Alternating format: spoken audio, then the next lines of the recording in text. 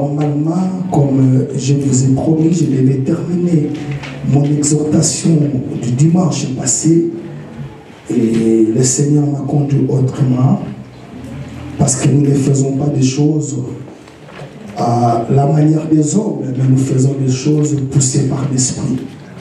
Amen. Parce que le Saint-Esprit qui connaît le besoin de son peuple. Amen. J'aimerais partager par la grâce de Dieu. Je ne suis pas plus supérieur à vous, non. Ce n'est que la grâce.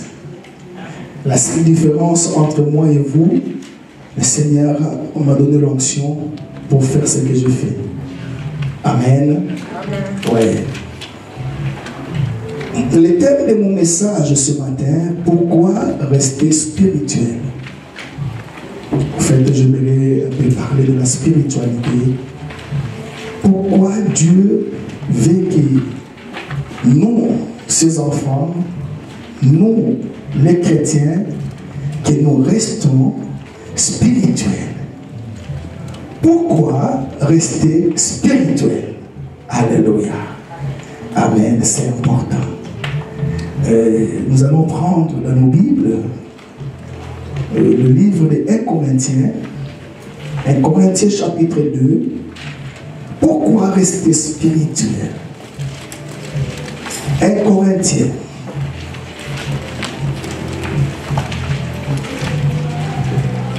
« 1 Corinthiens chapitre 2, ouais, le premier verset 12, parce que c'est là où il y a la porte, mais je vais m'asseoir au verset 14. Or, oui. 1 Corinthiens chapitre 2 au verset 12. Or, nous n'avons pas reçu l'esprit du monde, mais l'esprit qui vient de Dieu, afin que nous connaissions les choses. Enfin, pourquoi avons-nous reçu l'esprit de Dieu? Pourquoi avons-nous reçu l'esprit de Dieu? C'est qu'il y a l'esprit de Dieu, il y a aussi l'esprit du monde. Amen. Alléluia. Amen. Il y a l'esprit de Dieu qu'on appelle le Saint-Esprit et il y a aussi l'esprit du monde. Mais ici, on nous montre la raison pour laquelle nous avons reçu l'esprit de Dieu. Amen. C'est important. Parce que je vais parler de la spiritualité. Oui. Nous n'avons pas reçu l'esprit du monde, mais l'esprit qui vient de Dieu, afin que nous connaissions les choses que Dieu nous a données par sa grâce. Il y a des choses que Dieu nous a données par sa grâce. Amen. Mais pour que nous puissions connaître ces choses-là, nous devons avoir son esprit. Amen. Amen. Amen. Amen. Est-ce que ce verset me fait du bien? Il y a des choses auxquelles Dieu nous a données. C'est pour nous. Mais pour que nous puissions les connaître, il n'y a que le Saint-Esprit qui peut nous amener vers ces choses-là. Amen. Amen. Alléluia. Oui. Verset 13. Et nous en parlons, non avec des discours qu'enseigne la sagesse humaine, mais avec ceux qu'enseigne l'Esprit, oui, employant un langage spirituel pour les choses spirituelles. Oui. Mais l'homme naturel n'accepte... Soulignez dans ta Bible, l'homme naturel. L'homme naturel n'accepte pas les choses de l'Esprit de Dieu, oui, car elles sont une folie pour lui, et il ne peut les connaître parce que c'est spirituellement qu'on en juge. Amen. Oui, l'église peut s'asseoir. J'ai besoin de la personne qui fait la lecture. Oui. Oui, continue le... Verset 15. Oui. L'homme spirituel, au contraire, juge de tout. Et il n'est lui-même jugé par personne. J'aimerais que par la grâce de Dieu, avec mon introduction, que d'abord que tu te situes. Dans quelle catégorie que tu es ce matin? Amen. Dans quelle catégorie tu es ce matin? Amen. Oui. L'homme spirituel, au contraire, juge de tout. Et il n'est lui-même jugé par personne. Oui, tu prends maintenant chapitre 3. les 2 premiers versets. Pour moi, frère, ce n'est pas comme à des hommes spirituels que j'ai pu vous parler, mais comme à des hommes charnels. Comme à des hommes charnels. Comme à des enfants en Christ. Comme à des enfants en Christ. Je vous ai donné du lait, non de la nourriture solide. Non de la nourriture solide. Car vous ne pouviez pas la supporter. Non, non, non. Et vous ne le pouvez pas même à présent. Pourquoi? Parce que vous êtes encore charnel. Amen. Que Dieu bénisse sa parole. Amen. Alléluia. Mais bien aimé, ici, l'apôtre Paul commence d'abord à faire sortir les 3 sortes d'hommes que nous trouvons. Alléluia. Il commence d'abord par nous présenter dans son tableau qu'il y a 3 sortes d'hommes. Alléluia. La première, alléluia, le premier homme, il est qualifié d'un homme naturel qu'on appelle homme animal. C'est pas moi qui l'ai dit, mais c'est la Bible. Homme animal, homme naturel. Homme naturel, pour ceux qui écrivent. La deuxième personne que l'apôtre Paul nous montre ici, c'est l'homme spirituel. Alléluia. Et la troisième sorte d'homme, on nous présente l'homme charnel. Alléluia. C'est 3. Donc c'est vraiment très important. Mais quelle est la différence entre ces 3 hommes? C'est quoi la différence? Alléluia. Parce que notre thème ce matin, Dieu veut que nous restons spirituels. Alléluia. Mais comment on peut définir un homme naturel? Un homme naturel, c'est une personne auquel son esprit est mort. Un homme naturel ou homme animal, alléluia, tu peux le voir comme ça, il vit, mais en réalité son esprit est mort.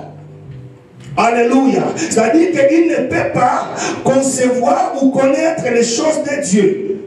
Parce que son esprit est mort. Donc, communément, c'est comme les païens. Alléluia. Tu peux, donc, un païen, par exemple, donc c'est compliqué de lui dire de venir, de se réveiller le matin pour venir à l'église. Il ne comprend pas ces choses-là. Parce que son esprit est mort. Et vous le remarquez, lorsque Adam et Ève, ils sont péchés, ils ne sont pas morts le même jour. Et de quelle mort on parle ici? Alléluia. On parle de la mort spirituelle. Le jour où ils ont mangé les fruits, ils ne sont pas tombés sur place, ils ne sont pas morts, alléluia, physiquement. Mais ils sont morts d'abord spirituellement. Et la mort spirituelle, c'est cette séparation entre l'homme et son Dieu. Et l'homme naturel est placé comme étant, c'est une personne qui n'a pas l'esprit de Dieu. Et comme il n'a pas l'esprit de Dieu, il ne peut pas concevoir les choses de Dieu parce que c'est une folie pour lui.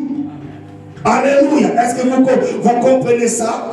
Et l'apôtre Paul dit que nous étions aussi au même nombre qu'eux.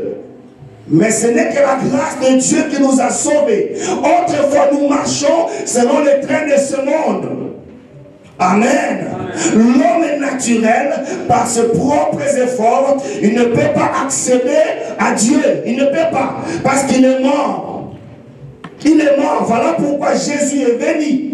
Mon Dieu, est-ce que vous me saisissez ce matin? Amen. Lorsque l'homme a péché, Dieu a placé un chérubin protecteur pour empêcher que l'homme touche à l'arbre de vie. Vous savez souvent, alléluia, l'homme touche toujours aux choses qu'on lui a interdites. Dieu a donné l'accès à l'homme, il pouvait manger de tous les fruits, alléluia, du jardin, excepté l'arbre de la connaissance du bien et du mal. On est que l'homme puisse commencer par manger l'arbre de vie pour vivre avec Dieu éternellement, mais il a laissé l'arbre de vie pour manger l'arbre de la connaissance du bien et du mal. Et lorsqu'il a avalé ces fruits-là, l'homme est mort. L'homme est mort. Il est séparé de Dieu. Et la Bible dit que tous sont péchés. Tous ont péché et ils sont séparés de Dieu. Amen. Lorsque le péché entre à l'homme, le péché a la capacité d'enlever la divinité à nous. Le péché vient enlever la gloire de Dieu à nous. Voilà pourquoi, à une époque, la gloire de Dieu en Israël a été bannie. On appelait ça Icapod. Alléluia. Lorsque le péché entre en toi, le péché enlève. Dieu a dit, faisons l'homme à notre image, qu'il soit créé selon notre ressemblance. En réalité, l'homme, il est composé de deux parties. L'homme est composé de la terre, il est composé aussi du ciel. My God, tu ne me comprends pas. En fait, si je peux devenir l'homme, c'est une maison à 3 niveaux. Amen. Tu ne comprends pas ce matin. Alléluia. L'homme, c'est un esprit. Job comprend cela mieux. Il dit, en réalité, l'homme, c'est l'esprit. En fait, l'homme, c'est un esprit, alléluia, qui possède une âme, mais qui vit dans une enveloppe qu'on appelle chair. Donc voilà pourquoi j'ai défini l'homme comme étant une maison à 3 niveaux. Esprit, âme et corps. Vous êtes là? Amen. Alléluia. Amen. Et l'homme spirituel maintenant, l'homme spirituel, c'est une personne qui a reçu Jésus. Et quand Jésus vient à nous, il n'habite pas dans notre âme, deuxième niveau. Il n'habite pas dans notre corps, troisième niveau. Mais Dieu accède à notre premier niveau. Dieu vient habiter dans ton esprit. Vous êtes là? Amen. Vous êtes là? Amen. Alléluia. L'homme spirituel, c'est celui qui a reçu Jésus comme étant son Seigneur et son Sauveur. C'est celui qui a cédé le trône de sa vie à Jésus. Alléluia. Il a ouvert un jour la porte de son cœur au Maître. Il a ouvert un jour la porte de son cœur à Jésus. Et il a laissé la place à Jésus. Et lui-même, il est agenouillé pour laisser le trône à Jésus-Christ. Il doit prendre la place du roi. Parce qu'il est le Seigneur des Seigneurs. Alléluia. Il y a des gens qui ont accepté Jésus, mais qui n'ont pas laissé le trône de leur vie au Maître. Amen. Vous êtes là? Amen. Est-ce que vous comprenez ça? Amen. C'est très important. Le problème, ce n'est pas d'inviter Jésus, mais de faire de lui ton Seigneur et ton Sauveur. Vous comprenez l'Église? Amen. Est-ce que vous comprenez l'Église? Amen. Demande à celui qui est à tes côtés. As-tu ouvert la porte de ton cœur à Jésus? Demande-lui. S'il était pour pas tu changes de personne. Alléluia. Mais lorsqu'on qualifie un homme spirituel, la Bible dit que l'homme spirituel est juge de tout. Alléluia. Ici, la version Darby. Darby, c'est proche de l'original. Est-ce qu'il y a la version Darby ici, s'il vous plaît? Dans la version Darby, la Bible dit, celui qui est spirituel discerne de tout. Amen. My God. Alléluia. Ça dit que tu ne peux pas te tromper. Parce que ça dit qu'en face de toi, tu dois discerner quel genre d'esprit est devant toi. Yeah.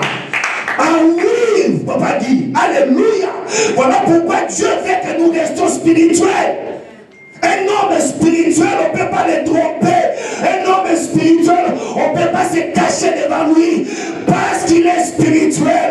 Et pourquoi il est spirituel? Parce qu'il est conduit par l'Esprit de Dieu. On la Bible dit que tous ceux qui sont conduits par l'Esprit de Dieu sont appelés fils de Dieu. Enfants. Enfants. Est-ce que vous êtes là? Amen. On ne peut pas tromper un homme spirituel, non. Un homme spirituel ne peut même pas tâtonner. Voilà pourquoi, allez, je ne peux pas admettre qu'un chrétien puisse épouser, je voulais dire épouser un sorcier. Non, non, là, je ne peux pas admettre ça. Non, à moins qu'il soit charnel. Amen. Comment un enfant de Dieu, comment un soi-disant chrétien peut aller épouser un sorcier ou une sorcière? Il est conduit par l'esprit ou il est conduit selon la chair? C'est important, l'église. Un homme spirituel juge de tout. Ça dit qu'un homme spirituel, c'est quelqu'un qui a le discernement. Le discernement des esprits. Vous savez, l'église, on peut se cacher devant les gens. On peut se cacher devant. Alléluia. Mais on ne peut jamais se cacher devant Dieu. On ne peut jamais se cacher devant l'homme spirituel. Amen. Amen. En fait, l'homme spirituel a les yeux ouverts. Mais pas les yeux charnels, maman. Les yeux spirituels. L'homme spirituel, même là où il est, dans sa maison, alléluia, il a connaissance de toutes choses. Amen. Un homme spirituel, alléluia, il est averti avant tout le monde. Il est au courant de tout ce qui se passe. My God, je peux même aller beaucoup plus loin, Papa Paulin. Un homme spirituel, c'est quelqu'un qui assiste au conseil de Dieu. Amen. Amen. Tu es sur terre ici, mais lorsque Dieu tient son conseil, ton esprit est là. Non, vous ne saisissez pas. Alléluia. L'apôtre Paul, qui était un homme spirituel, lorsque Géasi se compromet, il dit, mais pendant que tu prenais le présent, mon esprit était là. Il dit absent de corps, mais présent en esprit. Amen. Oh, un homme spirituel, Dieu peut te prendre, ravi en esprit. Il te ramène même au forfait de ton village pour voir tout ce qui se passe là-bas. Voilà pourquoi Dieu veut que son église reste une église spirituelle. Dieu veut que son peuple devienne un peuple spirituel. Amen. Pour que qu'on ne se laisse pas tromper. Est-ce que vous comprenez? Amen. Alléluia.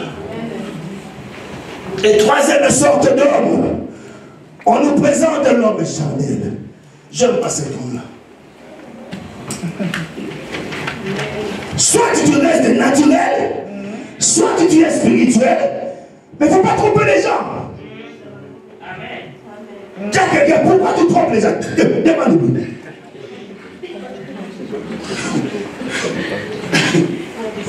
Alléluia. Pourquoi tu joues l'hypocrisie? Je vais vous parler de l'histoire de chauve-souris. Vous connaissez chauve-souris?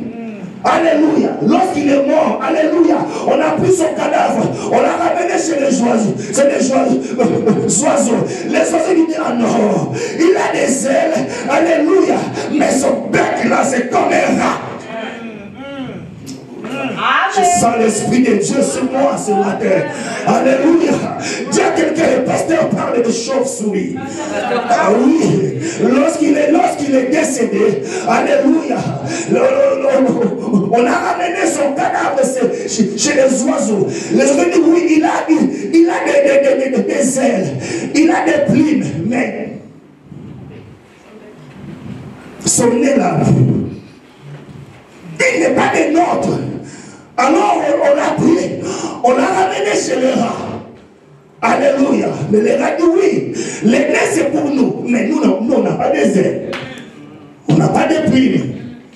Nous on ne vole pas. Oh, de quelle catégorie es-tu ce matin? De quelle classe, de quelle catégorie es-tu ce matin? Tu es du côté charnel ou tu es du côté spirituel? Au fait, un homme charnel, c'est celui qui a accepté Jésus comme son Seigneur, non comme son Sauveur, mais pas comme son Seigneur. Il a ouvert la porte de son cœur à Jésus, mais il n'a pas laissé le trône de sa vie à Jésus. Ce n'est pas Jésus qui dirige tous les domaines ou tous les aspects de sa vie. En fait, il a fait entrer Jésus, mais il a laissé en bas. C'est lui-même qui est au siège de son trône. Voilà pourquoi quelqu'un qui est spirituel, il va discerner, alléluia, rapidement ceux qui sont charnels. Je peux avancer encore? Amen. Je peux avancer encore. Amen. Oh, tu verras que, alléluia, les gens qui nous posent beaucoup de problèmes à l'église, ce sont des hommes ou des chrétiens charnels. D'abord plutôt, il vient à l'église comme il veut. Il paye sa dîme ou il ne paye pas, c'est son problème. Alléluia. Non, il ne connaît pas les activités de l'église. Il faut l'appeler. Pourquoi tu n'es pas venu à l'église? Pasteur, parce que tu ne m'as pas appelé. Tu ne m'appelles pas, je ne viens pas. Je suis maître de ma vie. Et les chrétiens spirituels, alléluia, ce sont des gens, des chrétiens où, quand ils viennent à l'église, alléluia, ils disent ça c'est ma vie privée. Il n'y a pas de vie privée ici. Il n'y a pas de vie privée ici. Tout ce qui est privé, tout ce qui est caché, alléluia, alléluia, c'est 6B. C'est 6B. Vous êtes là? Amen. Non, tu prêches bien, pasteur, mais ne touche pas à ma vie privée. C'est ta vie privée là qui va t'amener en enfer. Amen. Est-ce que vous comprenez? Amen. C'est important. Pourquoi Dieu veut que nous restons spirituels? Je vais te dire, toi raison. Je vais te dire, toi raison. Il y en a plusieurs. Mais l'Esprit m'a donné 3 raisons. La première,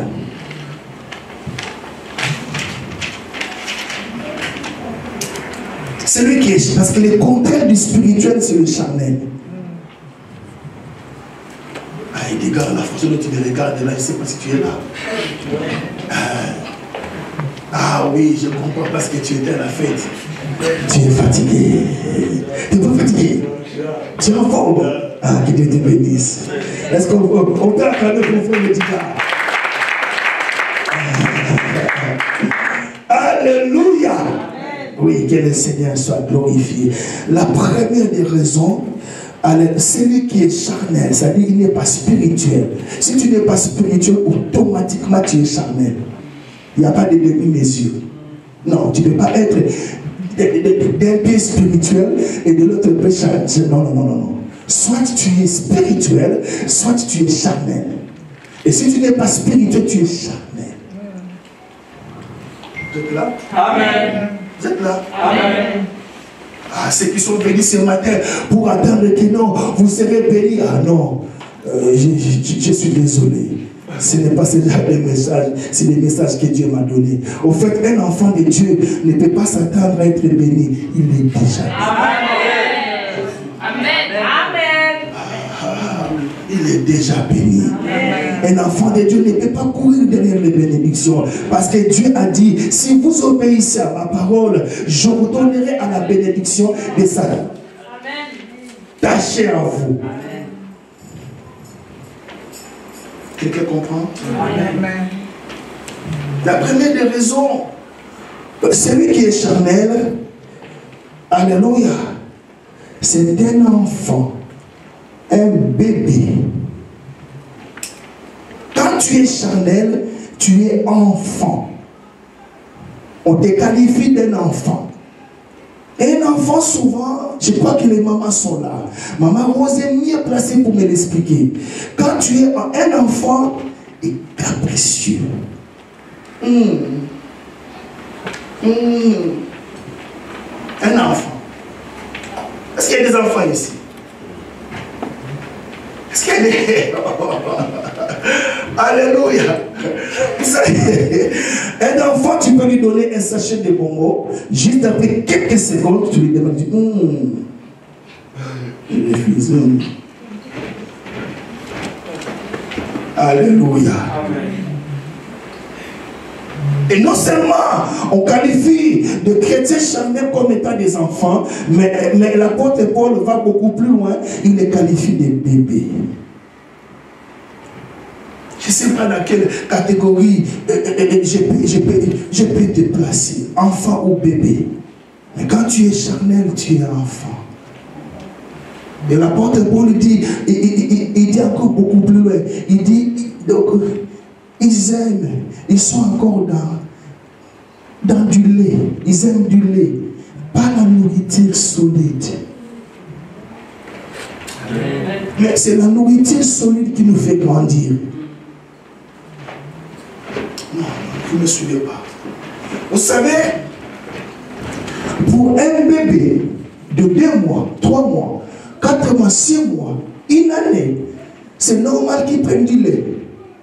Mais arrivé à un stade, il doit laisser le lait pour... Il y a même ce qu'on appelle le lait de croissance. Le lait de croissance.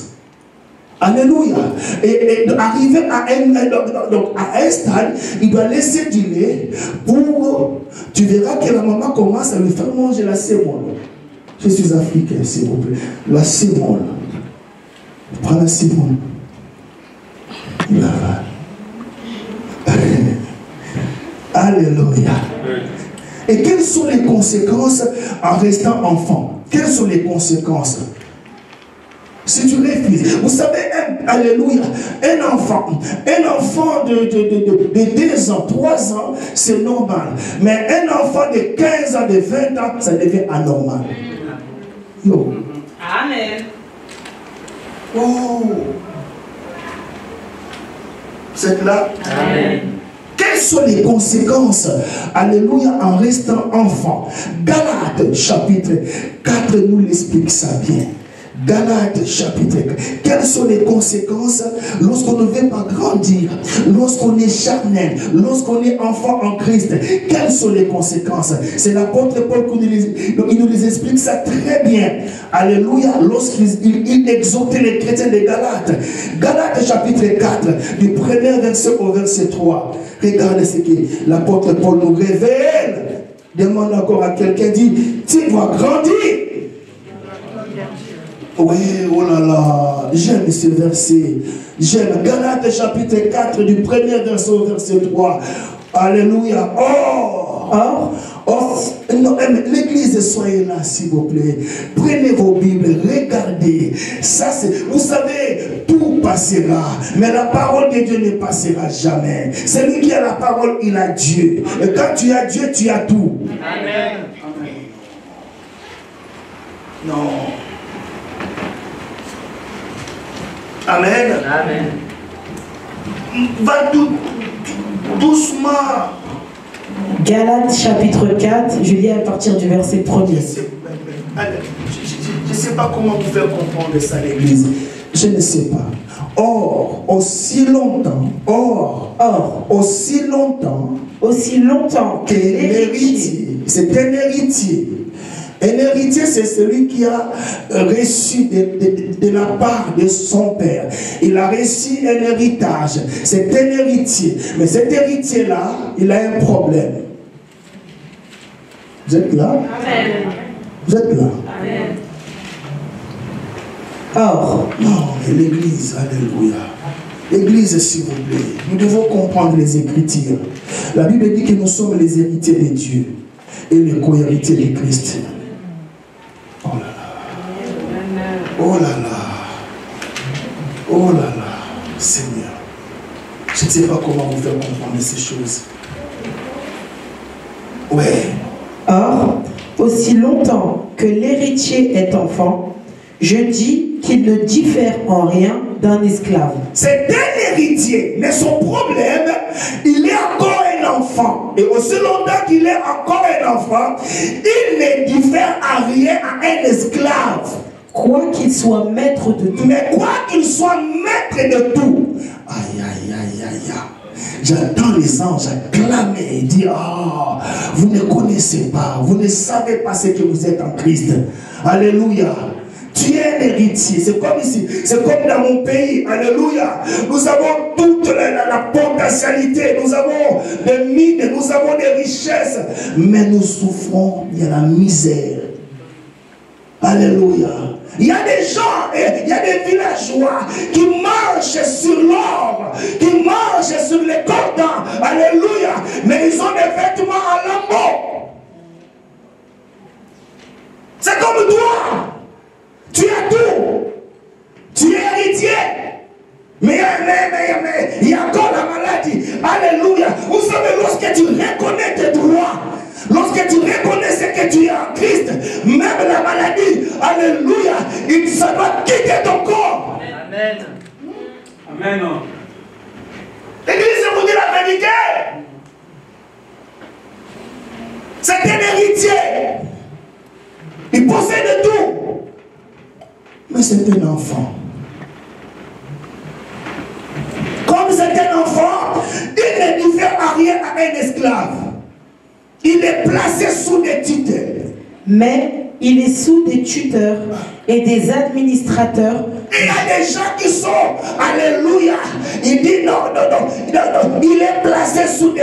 C'est comme beaucoup de chrétiens ici. Tu es en Europe, mais tu n'es pas de prophète, alléluia. Tu dois envoyer les $100 au prophète à Kinshasa, alléluia, pour qu'il monte à Mangué pour prier pour toi et toi. Et parfois même que tu envoies $100, tu envoies 200, il ne monte pas Mangué. Il faut aller faire des bêtises là-bas. Et il t'appelle au téléphone, ça y est, on a prié. Vous ne comprenez pas? Alléluia, vous êtes là? Amen. Je vous sens fatigué. Fatigué. Oh. Alléluia. Amen. Alléluia. Amen. Continue ma soeur. Mais il est sous des tuteurs et des administrateurs jusqu'au temps marqué par le Père. Jusqu'au temps marqué par le Père. Nous aussi. Doucement. Il y a des choses auxquelles Dieu doit te donner. Oh là là là. On ne confie pas un grand ministère à un enfant. Amen. Je ne peux pas prendre la somme de $2 000, $3 000 et confier à ma cadette mesdames qui est là. Parce qu'il va, alléluia, elle ne connaît pas. Elle ne connaît pas. Il y a des choses auxquelles Dieu, on ne donne pas de bénédiction à un enfant. Il va les gaspiller. Amen. My God. Je vous ai relaté ici, alléluia, un homme qui a gagné au loto et du jour au lendemain, il est devenu pauvre. Parce qu'il n'était pas préparé. Vous comprenez? Jusqu'au temps marqué par le Père. Alléluia. Jusqu'au moment où tu vas grandir. Alors Dieu prend toutes les choses là que tu avais héritées.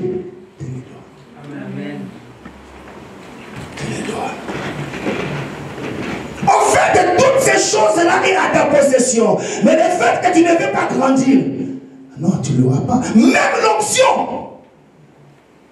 Même l'onction.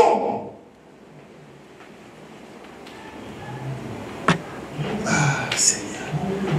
Aide-nous à comprendre ça. Deuxième raison.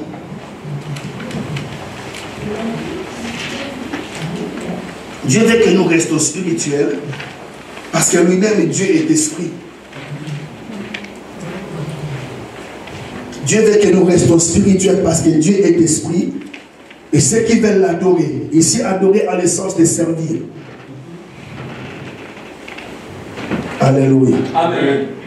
Alléluia. Amen.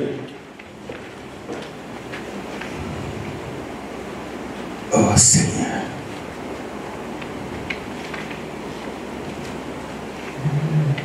Aide-nous à comprendre ça. Vous savez, Église, tu ne peux pas t'allumer de la présence de Dieu. Laissez-moi vous le dire. Tu ne peux pas t'allumer. C'est qu'il y a un problème. Quand j'étais païen, je partais au stade regarder le match. Je vais entrer, le match est à 16h. Mais nous, on entre à 10h.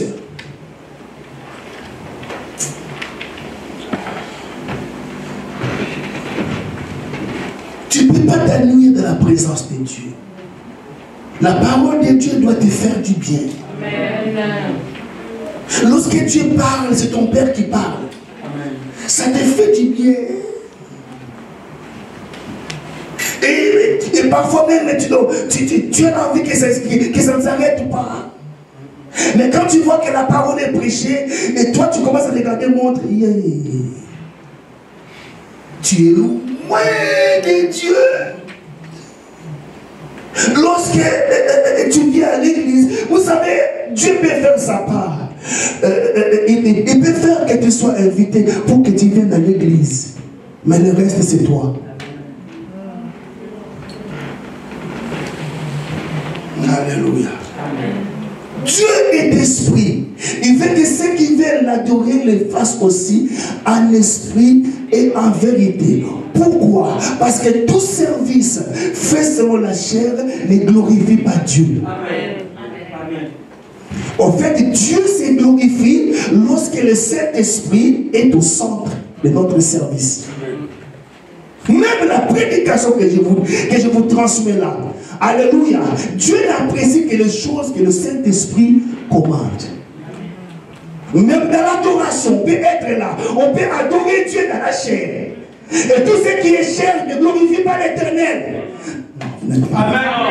Dieu n'apprécie jamais des choses faites selon la chair. Alléluia. Dieu est esprit. Il veut que ceux qui veulent l'adorer le fassent en esprit. Ça dit qu'il faut quitter la chair. Ne prêchez pas selon la chair. Ne chantez pas selon la chair. Oh, c'est cher de monter à la chair dans la chair. Amen. Alléluia. Amen. Tout service fait selon la chair ne glorifie pas, n'honore pas Dieu. Amen. Si c'est pas comment vous. Amen. Alléluia. Amen. Tu peux être là.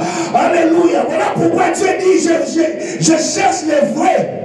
Quand il dit je cherche les vrais, c'est qu'il y en a des faux. Amen. Et les faux, c'est qui? Les faux qui servent Dieu, mais pas selon l'esprit, mais selon la chair. Oh là là. Amen. Oh là là. Amen. Vous savez pourquoi Dieu n'aime pas les services selon la chair? Frère Paulin, vous savez pourquoi Dieu n'accepte pas ce qui vient de la chair? Parce que quand on sert selon la chair, c'est la chair qui va se glorifier. Il dit, ah, ok, qui bien, hein? Tu avais bien chanté, hein? Ah, ça, maintenant la gloire doit revenir non à Dieu.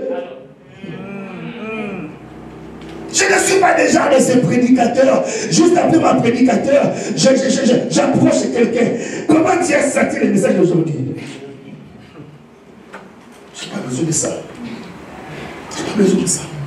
Tu peux marquer un but, alléluia, et tu jubiles, mais le juge te touche. Tant qu'il n'a pas validé, le but n'est pas validé. Tu peux prêcher du matin au soir. C'est le Saint-Esprit qui va valider. Alléluia. Est-ce que vous comprenez cela? Faites les services selon l'esprit et non selon la chair. Amen.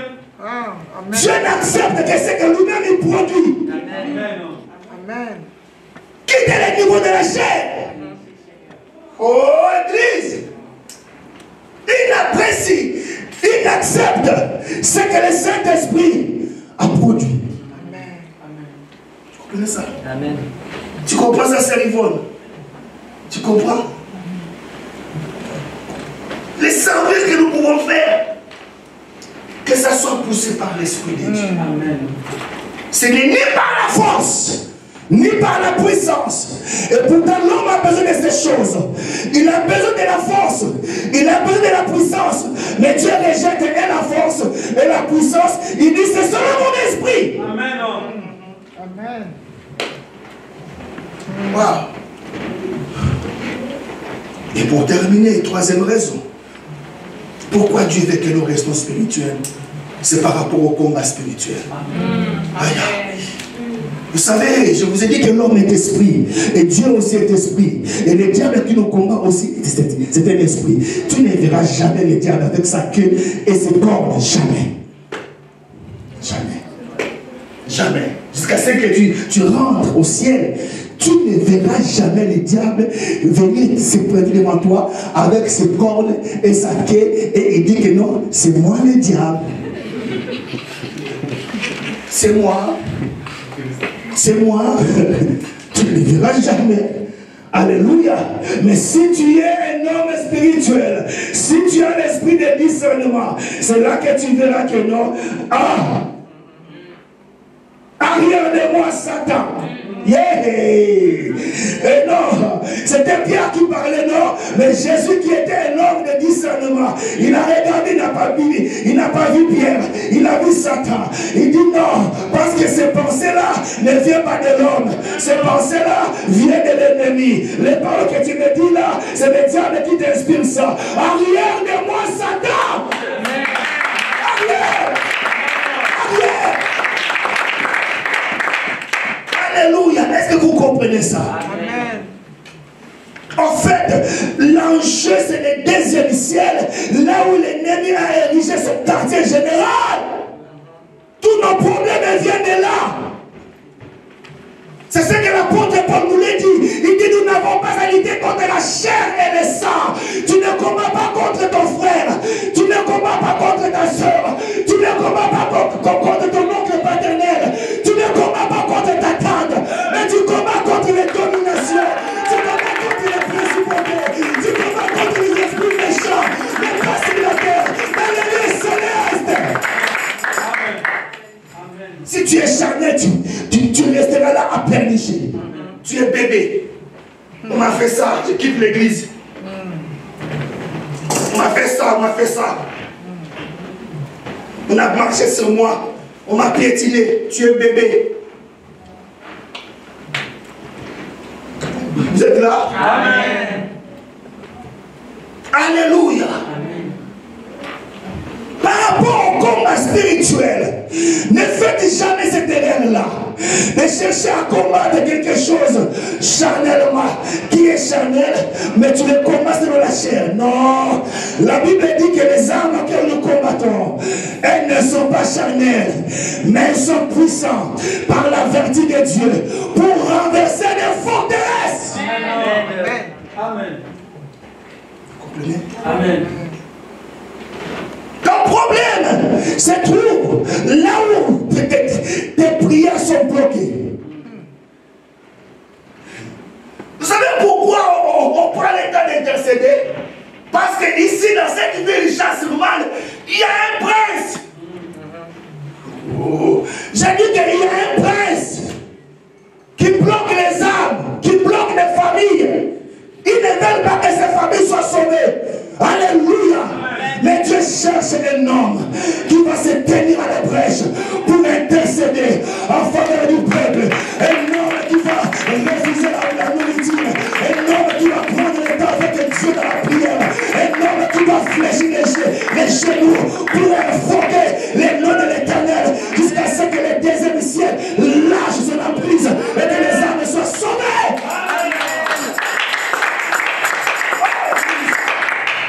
Oh mon Seigneur!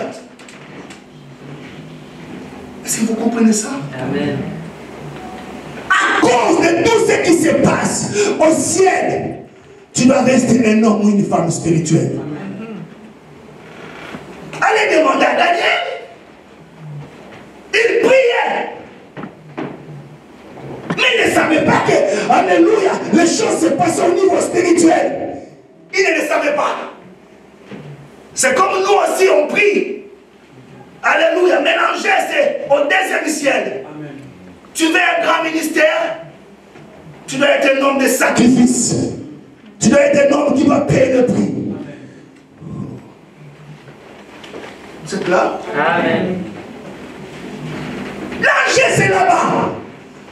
Lorsque tu as compris ces choses et tu commences à prier, Dieu a déjà envoyé ton ange. Amen. Mais l'ange est arrêté au deuxième ciel.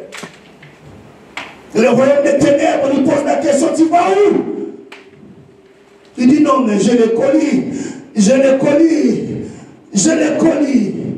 des vols. Alléluia. Le ciel a décidé pour elle.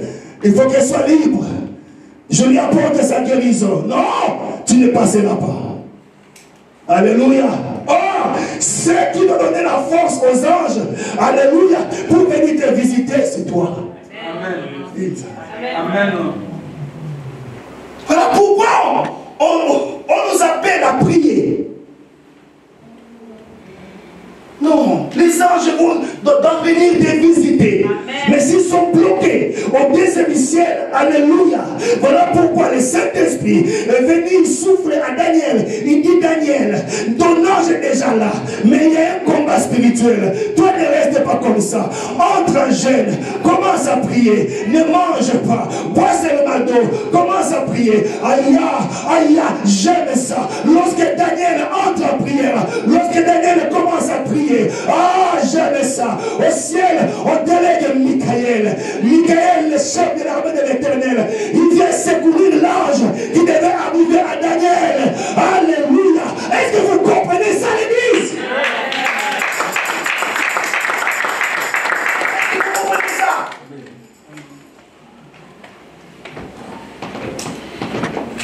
Celui qui n'aime pas la prière n'avancera pas. Oui. Il y a des choses auxquelles tu as déjà arrêté.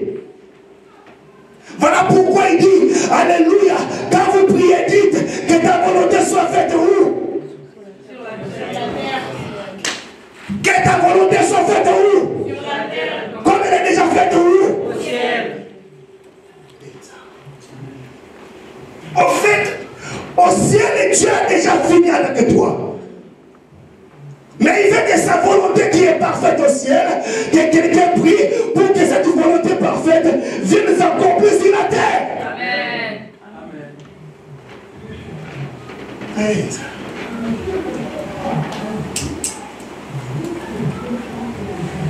Amen. Amen.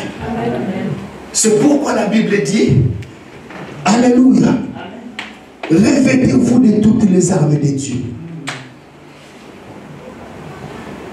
Revêtez-vous. Vous êtes toujours là? Amen. Par rapport au combat, il y a des chrétiens qui partent au combat, mais sans pour autant en être revêtus. Voilà pourquoi beaucoup sont blessés. Oui. Amen. Et beaucoup même fouillent parce qu'ils reçoivent des coups. Tu ne peux pas rentrer en combat sans pour autant en avoir les armures. C'est grave, l'église. C'est pourquoi revêtez-vous. Pas de quelques armes. Pas de quelques armes. Mais de toutes les armes de Dieu. Parce que ces armes-là sont des armes de Dieu. Il te les confie pour affronter les diables. Chaque jour, un chrétien doit s'armer de ses armures. Tu ne peux pas sortir. Est-ce que tu sais qu'au travail, il y a des occultistes?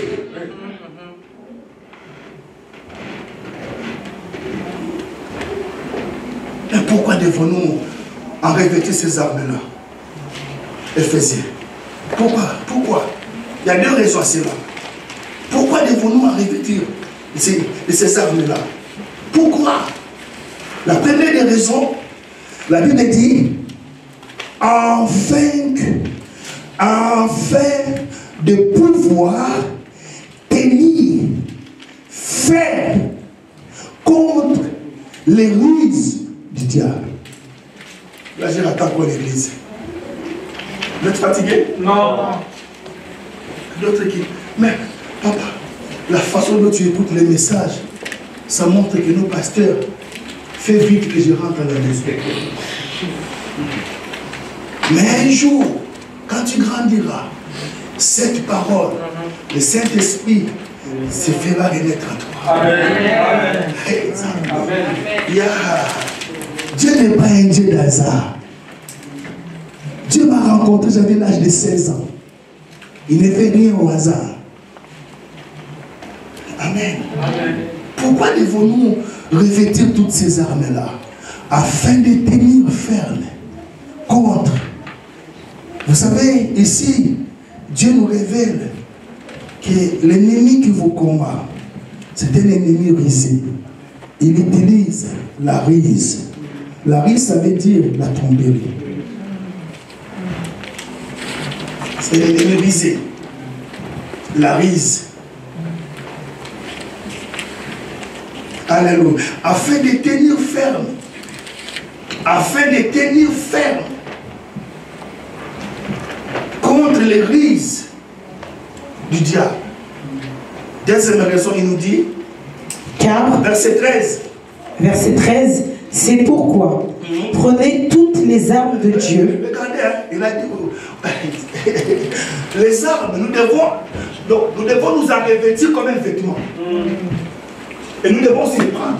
Amen. Tellement que la guerre, alléluia. Oh là là. Oh Église.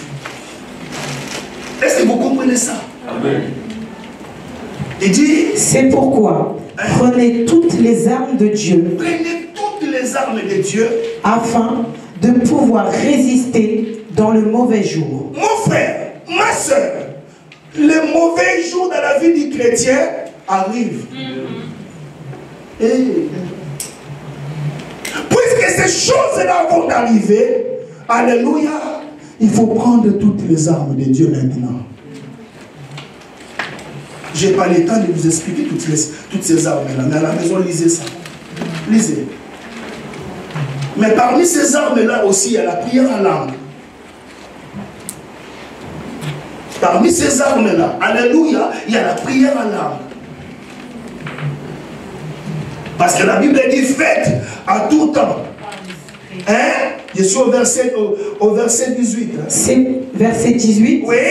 Faites en tout temps par l'Esprit. Faites à tout temps par l'Esprit. Toutes sortes de prières. Toutes sortes de prières. Et de supplications. Et de supplications. Oh, alléluia. Vous savez, lorsque tu commences à prier en langue, alléluia, la prière en langue, tu parles de mystère à Dieu. La prière en langue, alléluia, le diable ne comprend pas ce que tu dis. My God, lorsque tu commences à vibrer en langue, le deuxième mystère ne comprend pas. Oh, comme il ne comprend pas, ils ne peuvent pas arrêter tes prières parce qu'il ne comprend pas. Parce que, alléluia, lorsque tu commences à prier, alléluia, la Bible dit que tu dis des mystères à Dieu. Amen. Lorsque tu pries en langue, la Bible dit que tu t'édifies toi-même. C'est-à-dire que tu te construis toi-même. Amen.